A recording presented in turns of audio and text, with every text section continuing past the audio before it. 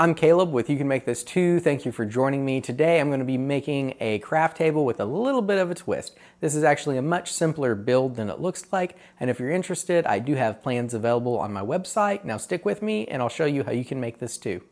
This is a plywood and pocket hole project, so it started with breaking the sheets of plywood down. I like to start with a track saw to get my plywood into manageable sizes, and then I use my table saw and miter saw station to cut everything down to dimension.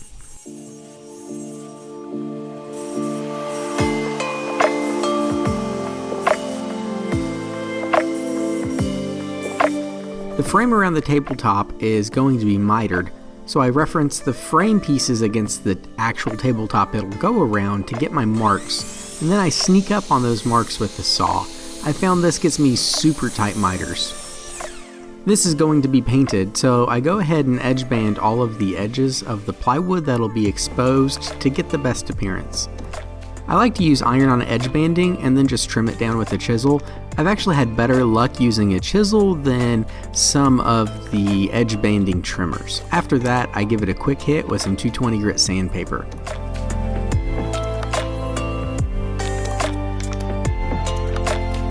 That's the plywood part of the build. Now to the pocket hole part. Lots and lots of pocket holes. Fortunately, I had an eager little assistant to help me out. Once all the holes were drilled, we did a little pre-assembly before painting. The sides of the cubby were screwed together, and then I assembled the tabletop, which is basically a big shadow box. We're decorating this with a beach scene because that's what my mother-in-law really enjoys, but please leave me a comment and let me know how you would decorate it.